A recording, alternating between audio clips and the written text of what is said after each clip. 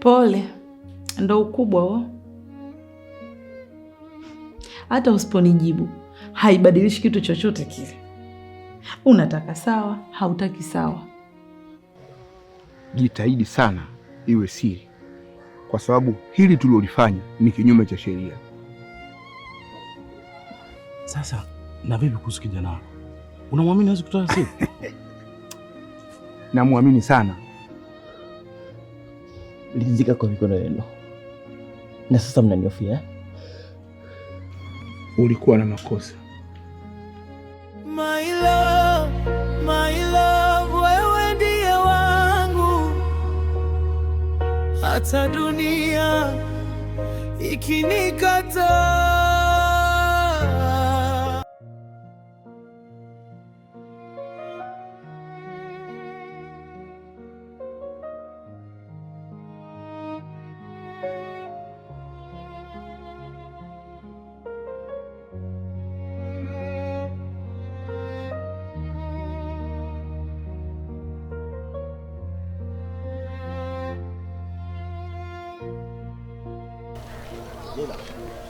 Nyota za usiku zimenikumbusha, nimefunga macho naona sura yako, sauti za upepo. Bwana Yesu asifiwe. Milele amina. Nimekaa hapa kwa muda mrefu sana kukusubiri, lakini nashukuru Mungu amesikia kilio changu. Naomba tuzungumze. Unataka kuzungumza na mimi?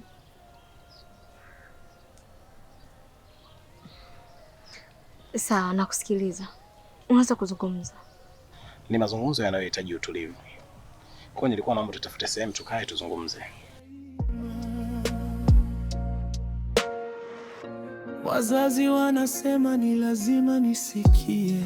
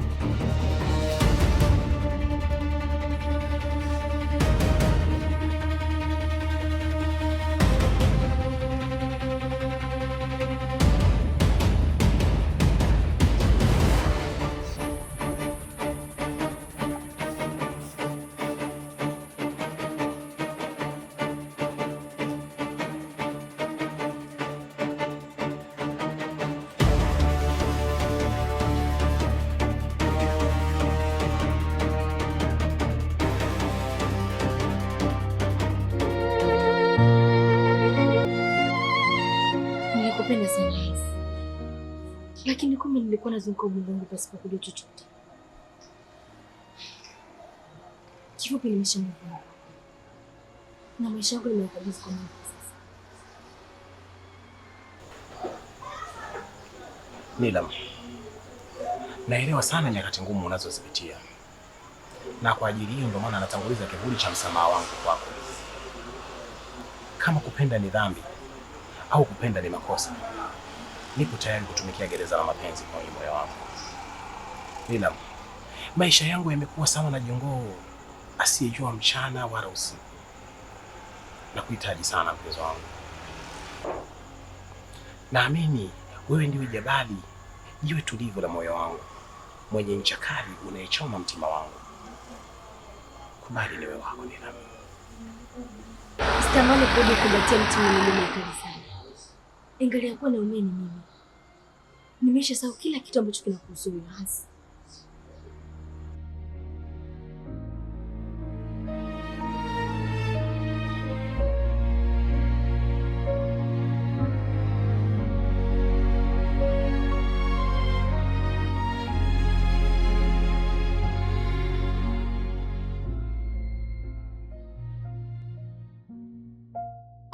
Bwana Bwenzi, nimekusikiliza na nimekuelewa vizuri sana, lakini tukitaka tufuate vifungu vya sheria, nyinyi nyote mna makosa. Wewe na mwenzako Kidimu, sidhani kama kuna atakayebaki salama. Naelewa mheshimiwa mwenyekiti. Ndio maana nimekuja kwako. Nakiri kwamba nimefanya makosa mengi sana na sitaki kuendelea kuchuma dhambi. Hivi sio siri, nafsi inanisuta sana mwenyekiti. Hata taswira ya nchi ikinitazama inaonekana kwamba mimi sifai kabisa kuishi kwenye jamii. Sawa, nimekuelewa. Lakini ushauri wangu, tumuite mzee Kidimu ili tuweze kuondoa tofauti zenu kwa pamoja. Sawa. Hilo mbona liko wazi mwenyekiti? Hamna shida. Damu nyingi zilizomwagika za wananchi wasiokuwa na hatia, na mkatengeneza hofu kubwa na simanzi kwa wananchi wote.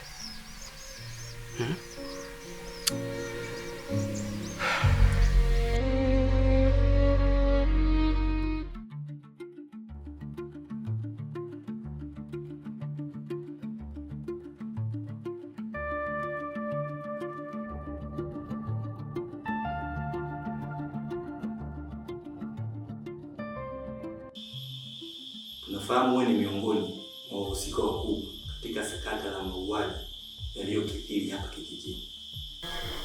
Kwa nini mnanihisi mimi? Ili hali hapa kijijini kuna vijana wengi tu. Na kwa nini niwe mimi na asiwe mtu mwingine? Kwa sababu wewe pia umechangia kumwaga damu za watu wasio na hatia. Hamna mamlaka kuuliza swali lolote. Ushirikiano wako mzuri ndio utakuwa msaada wako mkubwa.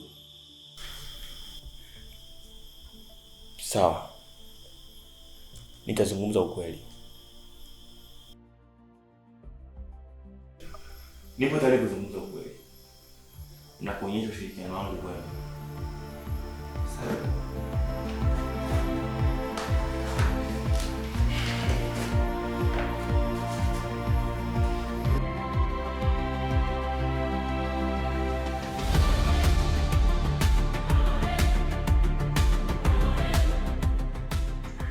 Sasa hapa ndio umelimaliza.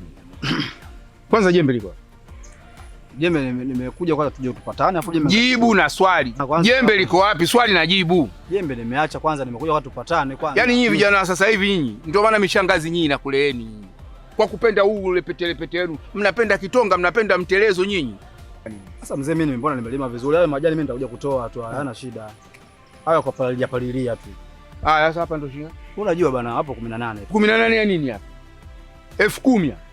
Mzee 10 kazi yote hii. Ndio nakwambia hivyo. Hapa 10,000. Sasa pale shida gani hapa kwanza?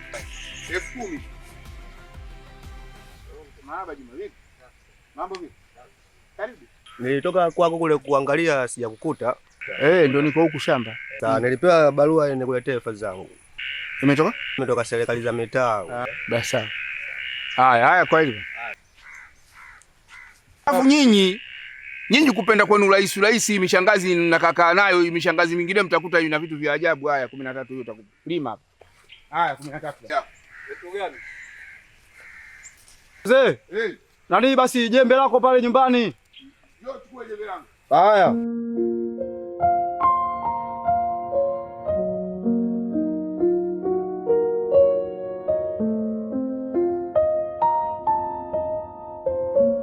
Hivi nakumbuka ile siku babako amekuja. Kuna kitu nataka kukupatia. Alafu nimekumbuka. Kuna kitu nilikuletea. Nakuja.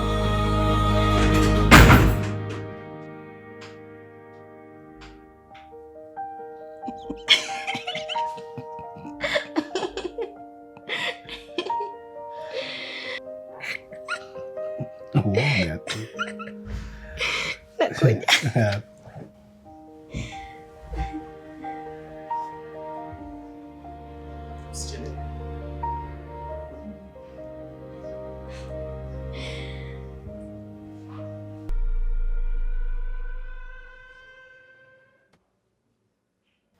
Mbona hujaleta chochote? Nilienda kupima hospitali baada ya kuhisi mabadiliko mengi. Hivi ni ugundiko na ujauzito. Nitaka kuonyesha kipimo. Na kuhusu ujauzito ulionao. Ama kweli hata mwenye ndoto anaweza kuota tena. Ningewezaje kutambua thamani ya fimbo ya kipofu hali ya kuwa mimi sio kipofu? Nina hata mimi nilikuwa kwenye kitendawili nilichoshindwa kukitibua. Nilikupenda sana Hansi. Lakini kwa sasa nataka nibaki mwenyewe. Sitaki tena kujiingiza kwenye dimbu la mawazo. Na wala sitaki kusikia jambo lolote linalohusu mahusiano. Nina mpenzi wangu. Usifike huko. Ninaamini kila kitu kina sababu. Naamini haya yote yalikuwa ni mipango ya Mungu. Hebu tazama kitu kilichotokea leo. Jambo ambalo sikuwahi kulitarajia wala kuliwaza. Lakini naamini ni Mungu yote kwa sababu alikuwa anahitaji tuwe pamoja. Fungua moyo wako mpenzi wangu.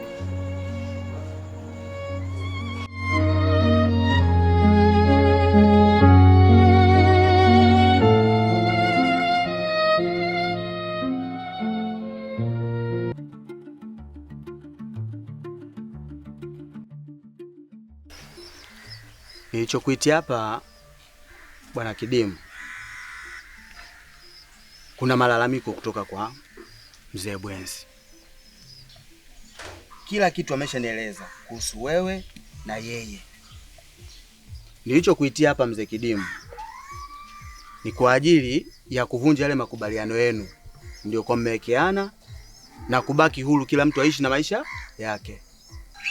Yaani mimi hapa ninachokiona ni malalamiko na madai yasiyokuwa na tija. Ninavyofahamu mimi, kila mtu ana maisha yake na kila mtu ana mamlaka yake. Sasa sioni shida iko wapi. Twende taratibu mzee, tutaelewana tu. Hebu mzee Bwenzi elezea. Mimi ninachotaka kifanyike hapa ni makubaliano ambayo ni kati ya kijana wangu Hansi na binti yake Asha. Nakubali, ni kweli kwamba mzazi anaweza kuwa chanzo cha vurugu na kuvunjika kwa familia nyingine. Lakini naamini kabisa Mwenyezi Mungu pekee ndio mwenye uwezo wa kurudisha upendo na amani ndani ya familia hiyo husika. Sasa mimi nina majukumu mengi kwenye familia kama mzazi. Lakini yani siko tayari kumchagulia mchumba wa kuoa. Sasa kumbe hayo maneno, ya sisi watu wawili. Sisi watu wawili wanaume. Tunaweza tukakaa sisi tukayaongea maneno, si kaisha. Kuna shida kwani? Mpaka wanakuja kwa mwenyekiti huku. Sisi maneno kuongea kwa wanaume tu tunakaa tunaongea maneno hayo. Hapana. Sio hayo tu. Ni makosa mengi na matendo machafu ambayo ulikuwa mmefanya hapa kijijini asiompendeza mtu yoyote wala Mwenyezi Mungu. Na hili lazima sheria itafuata mkondo wake. Basi taratibu basi mwenyekiti. Unajua mwenyekiti? Unajua sisi wanadamu. Sawa? Sisi wanadamu na wanadamu wameumbwa kwa makosa. Kwa hiyo mimi nakuomba kwanza usichukue hiyo hatua nyingine, usiende. Kwanza tuache tupe nafasi tupate kukaa kuongea tuone tunafanyaje, tunamalizaje hapa. Sasa tunawapa siku hizi 2 tu. Mmalize tofauti zenu zote. Halafu tukutane hapa ili twende sawa. Mimi na nyie wote wawili. La sivyo picha litaungua.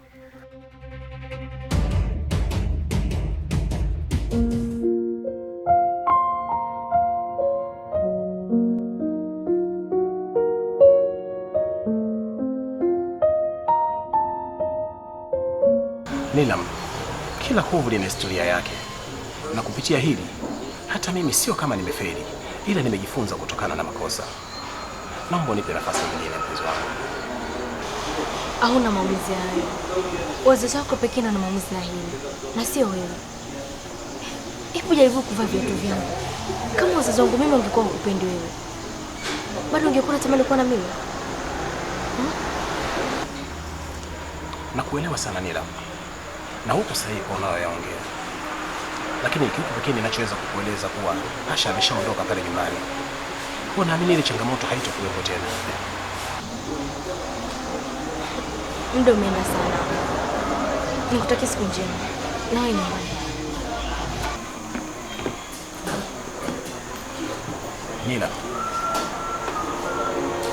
Nilam.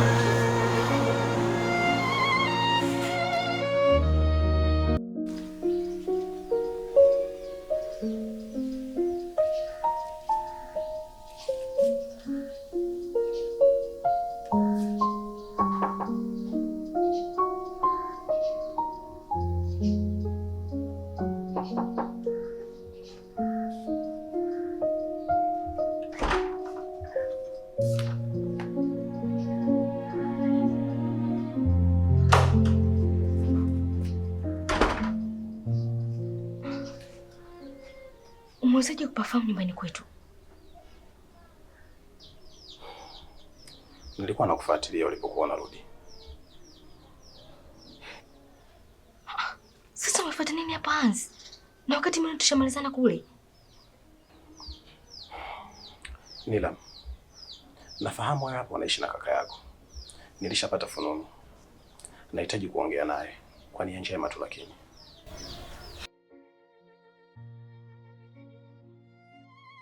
Kwa sasa kaka yupo. Kuna kumbe uondoke. Kwa sababu kama kikukuta hapa, utakuwa ni sawa na puza anajikanga na mafuta yake mwenyewe. Wanasema mtoto aliye mgongoni mwa mama yake hawezi kujua umbali wa safari. Sitaondoka, nitakaa hapa mpaka nikutane naye. Kuna shida yako nini Hans? Mbona unapenda kuumiza kichwa kwa hesabu zisizo na majibu? Majibu hayatokosekana Nilam. Upendo wangu kwako ni sawa na mtoto anayetamani kunyonya ziwa la mamake. Na hawezi kutulia mpaka apate anachohitaji. Basi sawa. Uendelee kusubiri hapa nje. Ukimsubiria mtu usiyekuwa na hadi naye.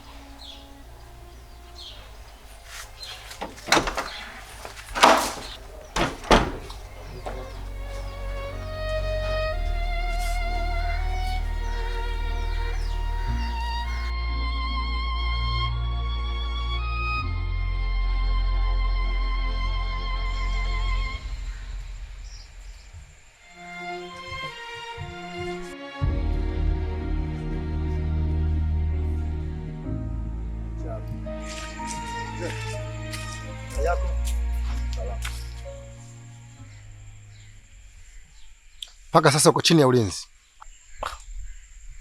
Kwa tatizo gani? Maana mimi na uzee wote huu sijawahi kufanya kosa lolote katika kijiji hiki. Na sikumbuki kama kuna kosa nimewahi kulifanya. Tunaomba tii sheria bila shuruti. Usitupotezee muda. Lakini sasa simngeniambia makosa yangu ni yapi ili nijue wakati tunakwenda na kuwa najua kosa langu. Utakwenda uendi? Nitaenda. Haya.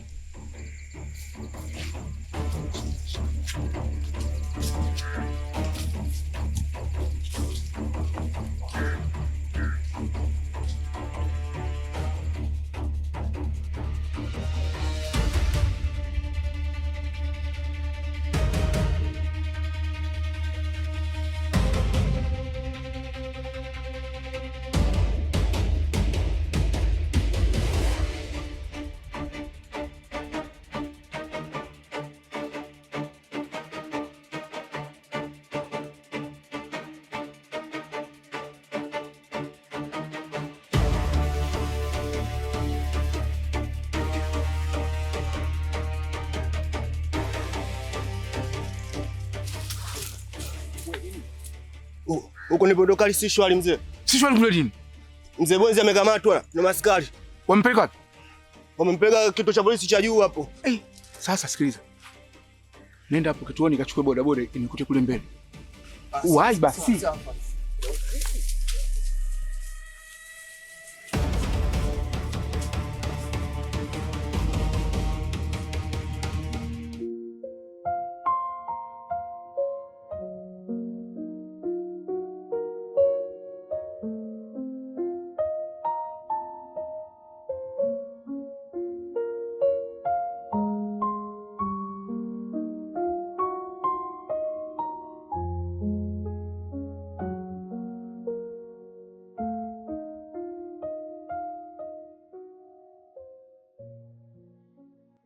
Bado uko hapa? Bado nahitaji msamaha wako Nilam. Maandiko matakatifu yanasema usiposamehe hutosamehewa kamwe. Mimi ni mkosefu, ninastahili msamaha. Vipi? Ina maana umeshindwa kumuelewa, si ndivyo? Naomba unipe nafasi nisimame kama baba. Na kuahidi kuanzia sasa nataka nikuoe ili tuishi kama zamani. Wewe ndo mwanamke pekee unaisumbua moyo wangu. Wewe ndo tulizo la nafsi yangu, Nilam. Nilam, natamani uelewe kitu kimoja. Wewe ndio tiba ya maradhi nilionayo. Hebu tazama nilivyochakaa. Nimekuwa kama chizi.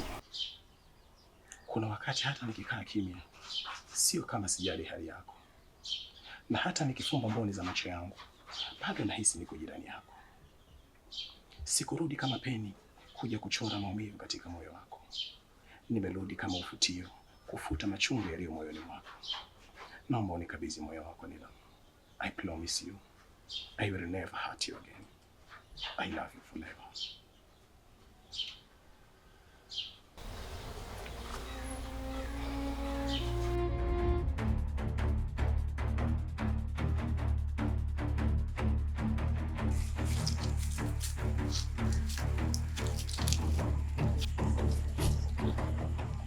Wewe Rashidi.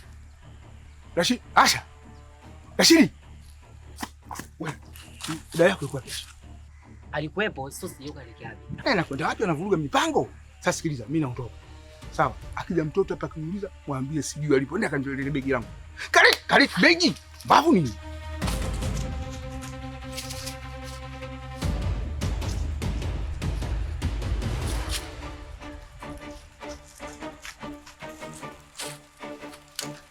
Kwa heri tena. Kwani ndio?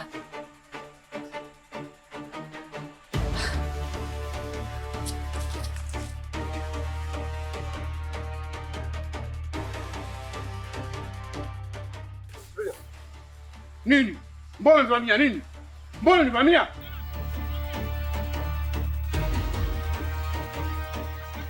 Kuna watu wanachukua nani za watu bwana, hebu ngojee basi. Ngojeni basi mnanichukua hivyo. Sasa ndio ulizishikishi kweli jamaa. Hebu bwana wamisi. Mshengi bwana. Naomba twende. Naenda uwe. Tafadhali. Unaweza kuninyang'anya na yako.